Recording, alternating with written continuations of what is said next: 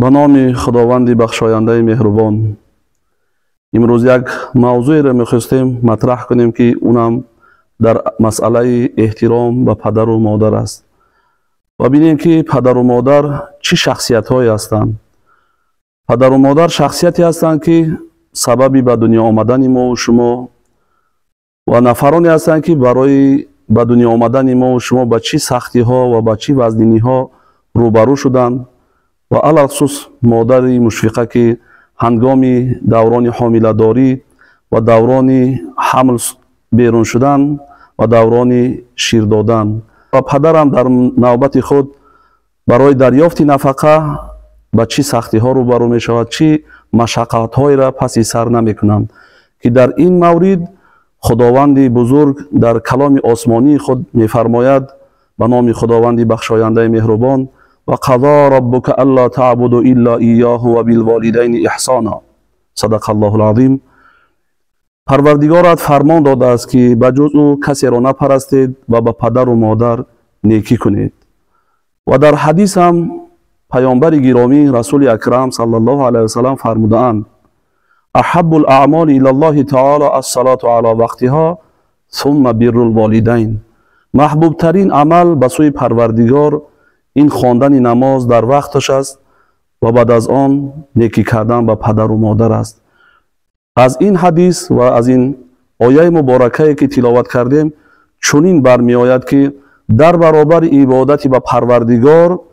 خداوند و پیغمبر خدا امر به نیکی کردن به پدر و مادر ما و شما را دستور عمل داده است. البته نیکی کردن به پدر و مادر بعد از امر پروردگار، بعد از عبادت پروردگار انجام دادن چقدر فضیلت و درجات بزرگی دارد که هر یک ما و شما فرزندان امروز وظیفه دار هستیم که در حق پدر و مادرمان نیکی کنیم. و بینیم که روز مرد نزد پیغمبر خدا صلی الله علیه و سلم آمد و سوال کردند که ای پیغمبر خدا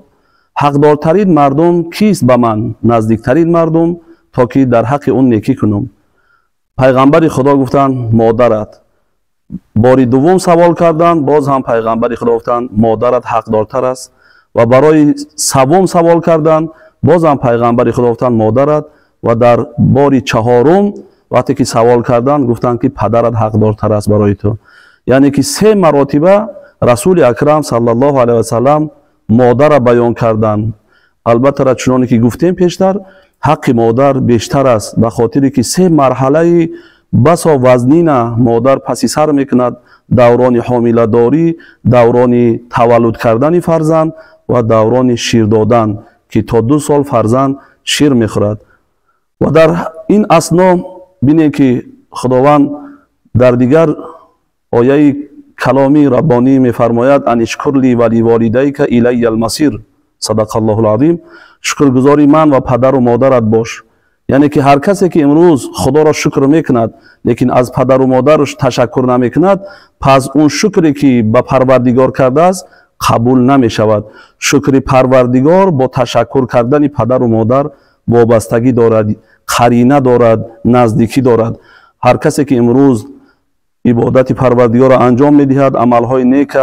کارهای سازندگی و آبادانی و سخاوت پیشه است، حتما باید که در برابر این عبادتاش، کارهای نیکش باید که به پدر و مادر نیکی انجام بدهیم. و روز میگه پیغمبر خدا صلی الله علیه و سلم بالای منبر بلند میشد برای خطبه دادن در روز جمعه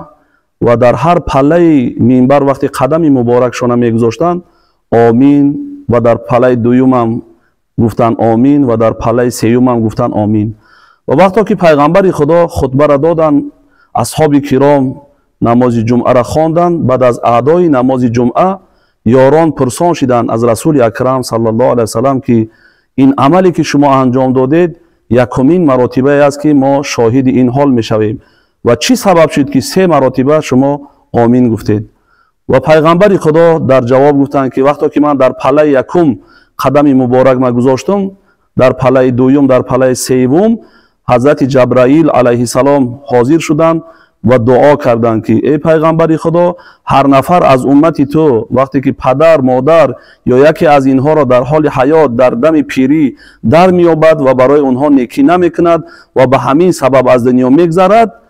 گفتم که داخل دوزخ باد و خداوند رحمتش از این گونه مردم، از این گونه بنده دور بسازد. در دعای حضرت جبرائیل من آمین گفتم. ببینید که سبب خدمت کردن به پدر و مادر، نیکی کردن به پدر و مادر سبب می شود که انسان داخل جنت شود و به سبب این کارهای نیکمون، رفتار خوبمون ما می توانیم که رضامندی پروردگار را به دست بیاریم که در حدیث آمده است رضا الله فی رضا الوالدین و سخط الله فی سخط الوالدین. رضامندی الله با رضامندی پدر و مادر وابستگی دارد و غضب پروردگار هم با غضب پدر و مادر وابستگی دارد که امروزها متاسفانه میبینیم که در جامعه‌ای که زندگی میکنیم بعضی از فرزندهای هستند که باعث ناراضگی پدر و مادر قرار میگیرند، رفتار نادرست یا که سخنهای قبیح از زبانشان بیرون میشود که باعث آزرده شوی پدر و مادر میگردد. از این لحاظ مراجعت من هم همین است به جوانها که امروز هر نفری که پدر و مادرش در حال حیات هست کوشش کنیم که پدر و مادر خدمتش انجام بدهیم و برای ما بسیار آسان است که رضامندی پدر و مادر را به دست بیاریم به سبب خدمت کردن به پدر و مادر. امروز سوال به میان میاد هست نفرایی که در حال حیات بودن پدر و مادر خدمت خوب انجام داده نتوانستند برای پدر و مادر، الحال پدر و مادر در حال حیات نیستند. این گروه مردم چیکار کنند؟ و توصیه ما هم همین است که پدر و مادر وقتی که از دنیا میگذرد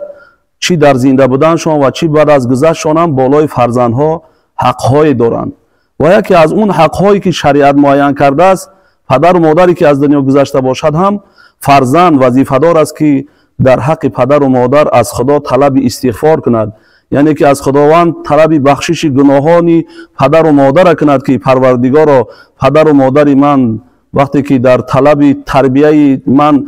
قرار داشتند برای در یافت نفقه من سرگرم کار بودند، شاید که در عبادت ها کوتاهی کرده باشد پروردگارا کمبودی و اون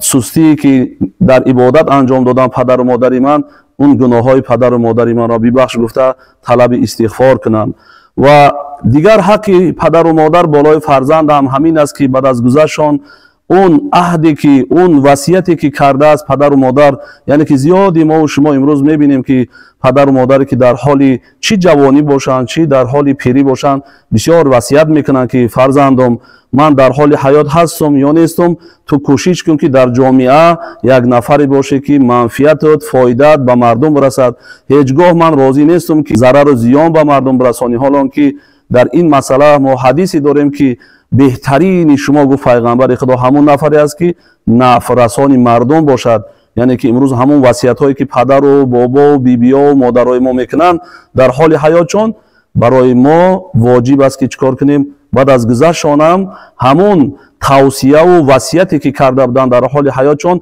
وصیت پدر و مادر را به جا بیاریم، یعنی که فرزند باشیم که فرزند نامبرداری پدر و مادر، نامبرداری ملت و جامعه و دین باشیم. و دیگر حق پدر و مادر بعد از گذشتشان بالای فرزند هم همین است که با خویشاوندان از جهت پدر و از جهت مادر، یعنی که خویشاوندان از طرف پدری رفت و آمد چه کنده نکند فرزند، از طرف مادری با تقا و خاله و فرزندان اونها باید که پیوسته صله رحمی داشته باشد که در مسئله صله رحمی این یکی از نشانه های ایمانداری انسان به خدا و به روز قیامت هم همین است که چیکار میکند انسان وقتی که فلیصل رحمه پس صله رحمی را پیوسته انجام میدهد وصل میکند.